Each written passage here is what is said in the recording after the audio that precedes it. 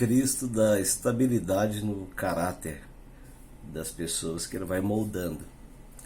É impressionante quando nós fazemos a leitura da primeira epístola, a primeira carta de Paulo a Timóteo e a segunda. A primeira carta de Paulo a Timóteo ela foi escrita quando Paulo ainda estava em Filipo, né, na Macedônia, em 64 depois de Cristo. E depois ele visitou a cidade de Éfeso, aí deixou lá Timóteo para pastorear a igreja local. Aí ele deixou uma carta.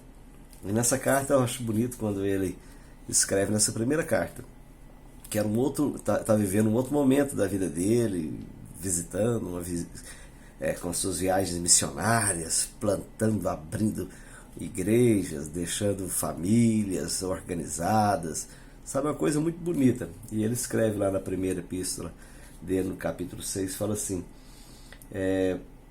de fato, a piedade com contentamento é grande fonte de lucro, pois nada trouxemos para este mundo e dele nada podemos levar. Por isso, tendo que comer e com o que vestir-nos, estejamos com isso satisfeitos.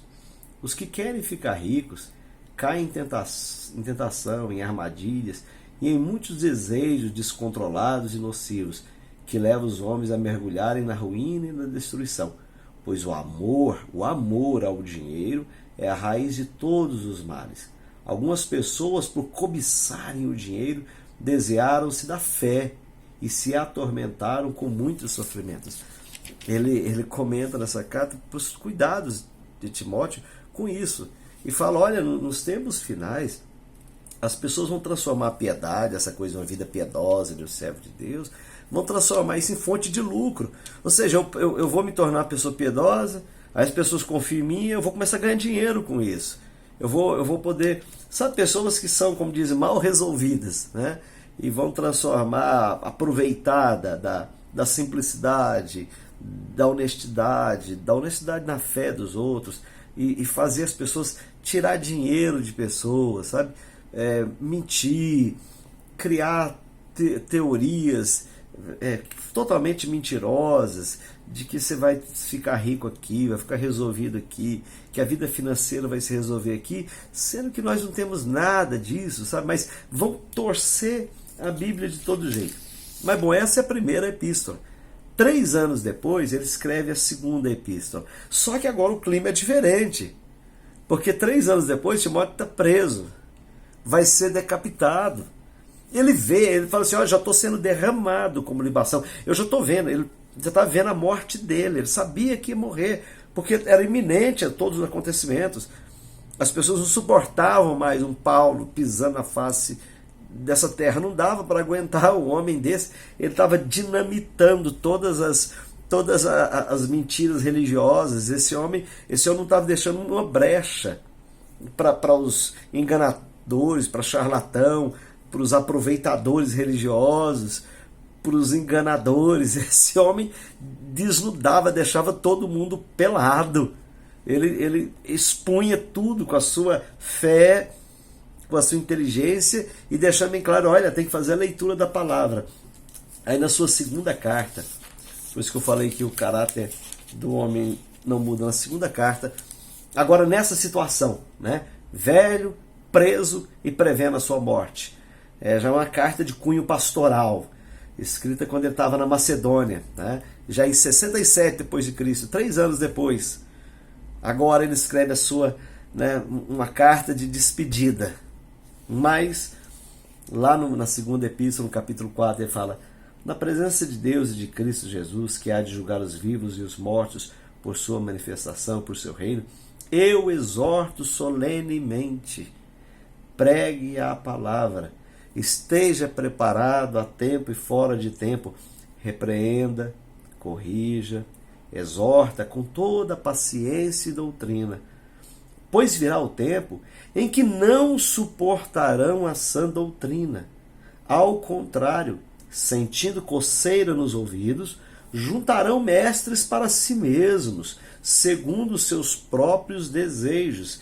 Eles se recusarão a dar ouvido à verdade, voltando-se para os mitos.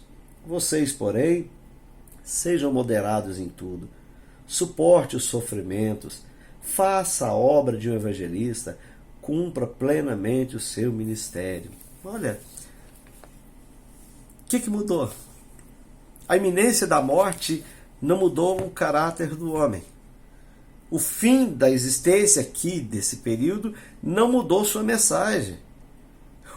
O homem que teve o encontro com Cristo, ele, diante da morte, ele não muda o seu propósito, ele não muda os seus ideais, porque ele sabe que a vida aqui é temporária. Ele sabe que os bens, que tudo que pode adquirir aqui, não é nada. Então ele fala, olha, cumpre o seu propósito. Você tem uma vida aqui. Sabe, em Cristo você não precisa ficar fazendo planos muito elevados. Se tem dinheiro, já falei isso esses tempos, né? Um outro vídeo eu falei isso. A questão financeira é uma questão muito complexa, envolve desde situações econômicas de um país até questões muito pessoais. Situações que acontecem na vida das pessoas, né? Fatalidades e sortes e outras coisas que podem acontecer. Então, em Cristo nós temos uma estabilidade na vida, mesmo diante da iminência da morte. O conselho ainda é o mesmo. Leia a palavra. Leia a palavra. Não há coisa melhor do que a Bíblia explicando a própria Bíblia. Deixa que a palavra se explique. Deixa que a palavra ela fale com você. Leia. É o único livro que você tem a liberdade de falar com o autor dele. E falar e orar e falar assim, eu queria entender isso aqui. Infelizmente, nós temos que tomar muito cuidado com as pessoas que nós vamos procurar para nos explicar. Porque pode ser que explica, mas cobra um preço muito alto. O de graça receber e de graça dai está ficando tão esquecido, então inventa-se 1000 histórias, tanta coisa, sabe? A mensagem ela ficou carregada com outras intenções, com segundas intenções, e as pessoas vão ficando tão desanimadas. Mas cuidado, não seja desse tipo de pessoas que fica procurando uma mensagem que anima você, que te joga para cima, que te satisfaça. Não, a mensagem é uma verdade. Essa verdade, em alguns casos, ela nos fere, ela nos aperta, ela nos constrange, mas o importante é que a gente dê ouvido à palavra.